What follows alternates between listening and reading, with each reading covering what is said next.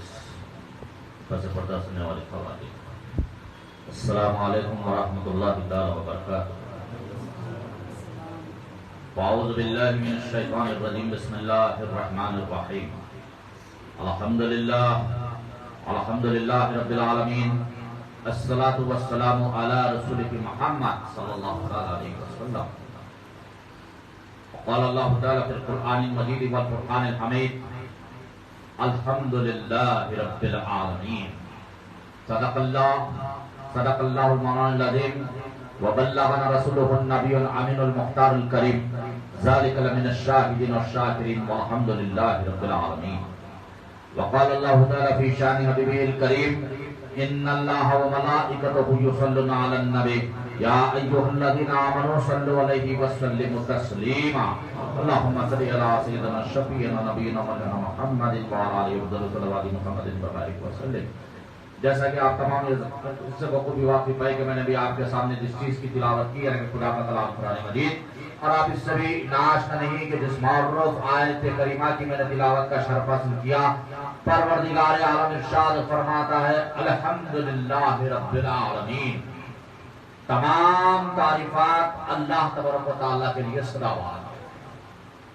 الحمد کہو یا للہ الحمد کہو، یا للہ الحمد کہو، تمام تعریفات اللہ تبارک و تعالیٰ کے لیے صلوات، کیونکہ اللہ کی ذات ہر عیب سے پاک ہے، ذات ببرکتہ سبحان کی ذات ہے۔ سبحان کون؟ سبحان اللہ کی ذات، بے عیب ذات، ہر عیب سے پاک۔ اللہ نے ہم کو تخلیق کیا، مخلوق بنایا، اور وہ کون ہے؟ وہ خالق ہے۔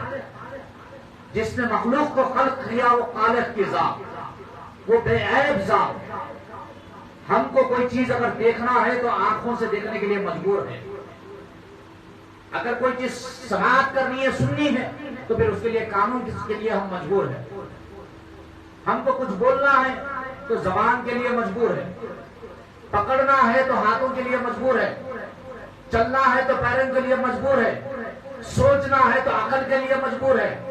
جی، سانس کا چلنا ہے تو سانس کے لیے، جو زندگی کا چلنا ہے تو سانس کے لیے مجبور ہے، ویسے ہی جو ہے دل کی دھڑکن کے لیے مجبور ہے، جسم میں دوڑنے والے قطرے خون کے لیے مجبور ہے۔ لیکن خالق کی ذات وہ ذات ہے جو تمام عیبوں سے پاک ہے، تمام عیبوں سے پاک ہے، وہ ہر عیب سے پاک ذات خالق کائنات کی ذات ہے۔ اس کے باوجود آج بندوں کا یہ عالم ہے کہ تکبر ختم نہیں ہوتا۔ جی، تکبر ہمارے اندر سے ختم نہیں ہوتا، جبکہ جو ہے ہم ایک ناپاک خطرے سے پیدا کیے گئے۔ قرآن خود ارشاد فرماتا ہے کہ ہم کو جو تخلیق کیا گیا ایک پانی کے بلبلے سے تخلیق کیا گیا، لیکن اس کے باوجود ہمارے اندر کی انا، ہمارے اندر کی ضد، ہمارے اندر کی ہٹ دھرمی، ہمارے اندر کا تکبر ختم نہیں ہوتا۔ جبکہ اگر حقیقت میں اگر کوئی تکبر کرنے والی ذات ہے تو وہ متکبر کی ذات ہے، وہ اللہ کی ذات ہے۔ اگر تکبر کرنے کا اگر کسی کو کوئی اختیار ہے تو وہ متکبر کی ذات ہے، وہ اللہ تبارک و تعالیٰ کی ذات ہے۔ ان تمام چیزوں کا اس کو اختیار ہے، کیونکہ وہ ان اللہ علی کل شیء قدیر ہے، وہ ہر چیز کے اوپر جو ہے قبضہ قدرت کیا ہوا ہے، وہ ہر چیز اس کے قبضہ قدرت ہے، کوئی چیز اس کے قدرت کے باہر نہیں ہے۔ اگر وہ چاہے تو کسی کو زندگی بخش دے، اگر وہ نہ چاہے تو کسی کو جو ہے فوراً جو ہے فنا کے گھاٹ اٹھا دے، موت اس کے مقدر کر دے۔ اگر کسی کو چاہے تو رزق سے نواز دے، کسی کو چاہے تو تندرست کر دے، جی، کسی کو چاہے تو بینائی دے تو کسی کو چاہے اندھا کر دے، کسی کو چاہے تو سماج کے لیے کان دے یا کسی کو بہرا کر دے، جی، بولنے کے لیے کسی کو چاہے تو زبان دے یا کسی کو گنگا کر دے، وہ اس کی مرضی ہے۔ کسی کو ہاتھوں سے للا کر سکتا ہے، کسی کو پاؤں سے لمڑا کر سکتا ہے، لیکن خالق کی ذات وہ ذات ہے جو تمام عیبوں سے پاک ہے۔ اللہ کی ذات مبارکہ ہر عیب سے پاک، بے عیب ذات اگر کائنات میں اگر کوئی ہے تو وہ میرے خالق کائنات کی ذات ہے۔ اسی لیے تو فرمایا گیا کہ قرآن کی ابتدا اللہ کرتا ہے، نزول قرآن کی بات نہیں کر رہا، ترتیب قرآن کی بات کرو، کیونکہ نزول قرآن کچھ اور ہے، ترتیب قرآن کچھ اور ہے. اللہ نے جو ترتیب دی ہے اس ترتیب کے اعتبار سے اللہ نے سب سے پہلی آیت کا اگر جو ہے ہم کو قرآن دیا ہے تو وہ ہے اللہ کی تعریف, اللہ کی بڑائی, اللہ کی کبریائی, اللہ کی حمد. اللہ کو جو ہے سب کچھ ماننے کے لیے اسی کے لیے تمام تعریفات ہے. بندہ جو ہے ابتدا کرتا ہے الحمدللہ رب العالمین کے ساتھ, یہ کہتے ہوئے ابتدا کرتا ہے کہ مالک تمام تعریفات تیرے لیے ہے. اب اس کا مطلب یہ ہوا کہ جو ہے کائنات میں پھر کسی اور کی تعریف نہ کی جائے. جی کائنات میں اب آپ یہ سن رہے ہیں کہ جو ہے صوفی صاحب آخر کس روٹ کے اوپر اپنی بات کو لے جا رہے ہیں. میں انشاءاللہ منزل تک آپ کو پہنچاؤں گا, پتہ نہیں مل رہا, کیونکہ آج کچھ چیزیں سنائی دے رہی ہے, کچھ چیزیں جو ہے سننے میں آ رہی ہے, تو اس کا ایک مختصراً سا جواب دیتے ہوئے جو ہے آپ حضرات کو جو ہے اپنے منزل تک پہنچاؤں انشاءاللہ. تو اب مطلب یہ ہوا کہ پھر کسی اور کی تعریف نہ کی جائے. اب اگر کسی اور کی تعریف کر دیا تو پھر مشرک ہو گیا. اپنے انداز سے ہٹ کے بڑے آرام سے آپ کو گفتگو سے بات سمجھاؤ انشاءاللہ. بڑے آرام سے گفتگو کرو تاکہ آپ کو بات سمجھ میں آ جائے. اب اگر کسی اور کی تعریف کیا تو پھر مشرک ہو گیا, شرک کرنے والا بن گیا. اللہ کی علاوہ کسی اور کی تعریف کی اجازت نہیں, کیونکہ تو نے خود کہہ دیا کہ الحمدللہ رب العالمین, سوائے اللہ کے. یہ اب آپ کو اختیار نہیں ہے کہ آپ کسی اور کی تعریف کرے. آپ نے کہہ دیا کہ الحمدللہ رب العالمین, تمام تعریفات اللہ کے لیے ہے, تمام شکرانے اللہ کے لیے ہے, سب کچھ اللہ کا ہے. اب اگر گھر میں بیوی کو دیکھا, بیوی پسند آ گئی, اب اگر یہ کہہ دیا کہ جو ہے بڑے حسین دکھ رہے, تو پھر گیا, ہو گیا کام. بیٹے کو دیکھا, بول دیا میرا بیٹا کتنا پیارا ہے, ہو گیا مشرک. بیٹی کو دیکھا, بول دیا کتنی اچھی دکھ رہی ہے, تو ہو گیا مشرک. جی بات سمجھ میں آ رہی ہے نا میرے بھائی, بات سمجھ میں آ رہی ہے. اب اگر یہ شرک کی اگر رٹ لگانے والوں اس بات کی طرف توجہ دو, اس بات کی طرف توجہ دو, اس کو یوں ایک مثال کے طور پہ میں آپ کو بات سمجھاؤں گا.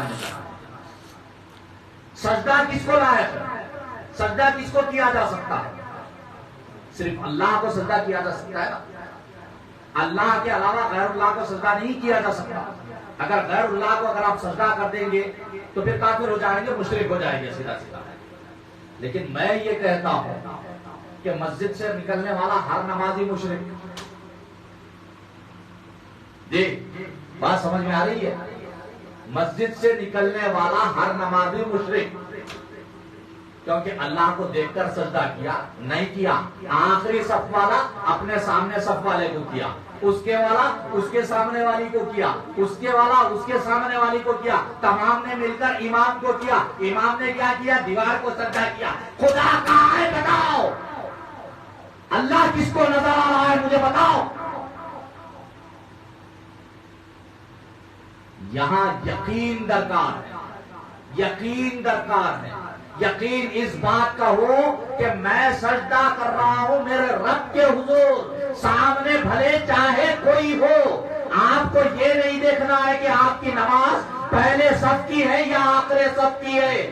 آخری صف میں بھی ہو تب بھی یہ یقین ہو کہ میں جو سجدہ کر رہا ہوں وہ میرے رب کو کر رہا ہوں. رب کے علاوہ کوئی عبادت کے لائق نہیں ہے, اللہ کے علاوہ کوئی عبادت کے لائق نہیں ہے. ویسے ہی دنیا میں اگر کسی کی تعریف کیا تو یہ سمجھ کر نہیں کرتا کہ یہ اللہ ہے, یہ سمجھ کر کرتا ہے کہ یہ میری بیوی ہے, اللہ نے اسے تخلیق کیا, حسین بنا دیا. لہذا جو تو نے تعریف کی وہ اللہ کی جو ہے ایک مخلوق کی تعریف کی ہے, گویا کہ خدا کی قدرت کی تعریف کی ہے, گویا کہ خدا کی قدرت کی تعریف کی ہے.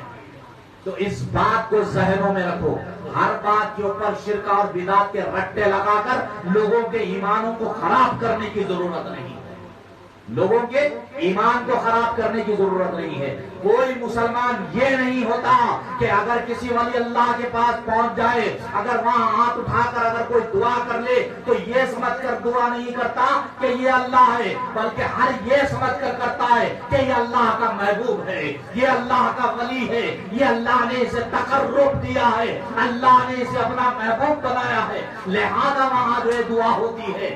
تبھی تو جو ہے یہ کہ اللہ نے ایسی مخلوق پیدا کی کہ ان کے وسیلے سے مولا تو ہماری دعاؤں کو قبول فرما لے, ان کے وسیلے سے ہماری دعاؤں کو قبول کر لے. ورنہ دنیا میں کسی کوئی بھی پیدا ہونے والا جب تک اس نے کسی اور کی تعریف نہ کی تب تک مسلمان, جب کسی اور کی تعریف کر دیا تو پھر گیا. اب ان مولویوں سے پوچھو, ان مولویوں سے پوچھو گھر میں جا کے تعریف کرتے نہیں کرتے؟ بے پردہ باتیں کرنے کی مجھے ضرورت نہیں ہے, بات سمجھنے کی ضرورت ہے. یہ شرک اور بدعت کے رٹے لگا کر لوگوں کے ایمانوں کو خراب کرنے کی ضرورت نہیں ہے. اس بات کو سمجھو کہ ہر عمل کا دار و مدار نیت کے اوپر ہے. بخاری شریف بخار آتا ہے نا, بخاری کا یہ امام بخاری کی بخار جو ہے بخاری کا بخار آتا ہے نا, تو بخاری شریف کی پہلی حدیث کریم کون سی ہے؟ انما الاعمال بالنیات فرمایا گیا, سارے اعمال کا دار و مدار نیتوں کے اوپر ہے. جس کی جیسی نیت اللہ خود فرماتا ہے کہ تو میرے بارے میں جیسا گمان کرے گا میں تیرے ساتھ ویسا ہی. بے شک اگر تو رب کو خالق سمجھتا ہے تو رب تیرے ساتھ خالق ہے, تو رب کو رحیم سمجھتا ہے تو رحیم ہے, تو رحمان سمجھتا ہے تو رحمان ہے, تو ستار سمجھتا ہے تو ستار ہے, تو غفار سمجھتا ہے تو غفار ہے, تو رزاق سمجھتا ہے تو رزاق ہے. تو رب کو جس شکل میں جس صورت میں دیکھنا چاہے گا اللہ فرماتا ہے میں تیرے ساتھ ویسا ہی ہوں, کیونکہ اللہ صورت و شکلوں سے بھی جو ہے پاک ہے. صورت اور شکل بھی اللہ نے مخلوق کو دی ہے, خود اس کی کوئی صورت نہیں ہے نہ کوئی اس کی جو ہے کوئی شکل ہے. بے عیب ذات ہے. ابھی میں نے آپ کو کہا کہ ہم دیکھنے کے لیے مجبور, وہ ہر چیز سے جو ہے لا مجبور, وہ کسی چیز سے مجبور نہیں ہے, وہ کسی چیز سے مجبور نہیں ہے. آپ کے سجدوں کی اس کو ضرورت ہے, آپ سجدہ کریں تو انہیں خالق, آپ نہیں کریں تو نہیں. آپ سجدہ کریں گے تو وہ اللہ, آپ نہیں کریں گے تو نہیں. آپ ہاتھ اٹھا کر دعا کریں گے تو وہ مالک, اگر نہیں کریں گے تو نہیں. وہ خالق ازل سے تھا, وہ ہمیشہ سے اور ہمیشہ رہنے والا ہے, وہ حی ہے, وہ قیوم ہے, جو ہمیشہ سے تھا جو ہمیشہ رہنے والا ہے. سمجھنے کی ضرورت ہے عزیزان ملت. اپنے ایمانوں کو ٹٹولو, اپنے آپ کو مضبوط کرو. ان بیوقوف کم عقل لوگوں کی, ان کم عقل مولویوں کی چکر میں پڑ کر اپنے ایمانوں کو خراب مت کرو, اپنے ایمانوں کو خراب مت کرو. ویڈیو دیکھا ہے میں نے, باضابطہ مولوی صاحب بول رہے ہیں کسی اور کی تعریف کر دیا تو مشرک ہو گیا. بولا آپ کے بولنے کے اوپر ہی نیچے سے لوگ نعرے مار رہے ہیں, آپ کی تعریف ہو رہی ہے, آپ اپنے آپ کو کیا سمجھ رہے ہیں؟ آپ کی عوام آپ کو کیا سمجھ رہی تھی؟ نیچے سے نعرے مار مار کے جو ہے آپ کو خوش کر رہے ہیں.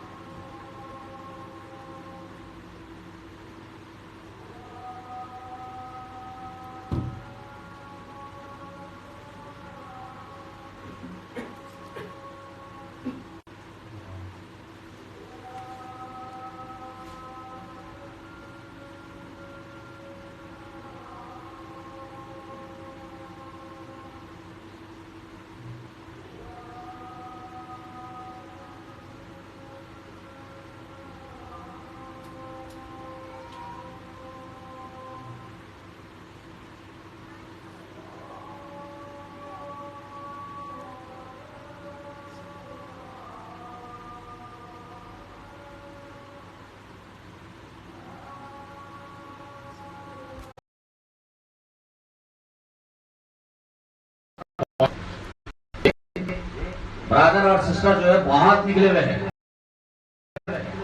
جو لوگوں کو جو ہے دین پھیلانے کی باتیں کر رہے ہیں، ایسا دین جو ہے دین کو بگاڑ کر پیش کیا جا رہا ہے۔ یاد رکھیے عزیزان ملت اسلامیہ، اللہ تبارک و تعالیٰ نے ہر ایک کو ایک نظام دیا۔ عیسیٰ اللہ مردوں کو زندہ کرتے تھے، کیا اللہ تھے؟ نہیں تھے، خدا نے قدرت دی تھی۔ اب کیا عیسیٰ کو جو ہے خدا مانو گے؟ نہیں مان سکتے نا، عیسیٰ عیسائی تھے، موسیٰ موسیٰ تھے۔ حضرت سلیمان علیہ السلام کو اللہ نے جو ہے ہر مخلوق سے گفتگو کرنے کی طاقت دی۔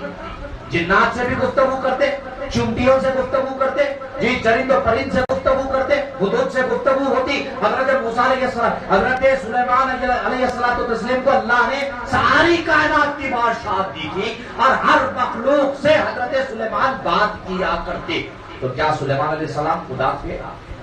نہیں تھے۔ حضرت سلیمان بھی اللہ کے پیغمبر تھے، حضرت عیسیٰ بھی پیغمبر تھے، حضرت موسیٰ بھی پیغمبر تھے۔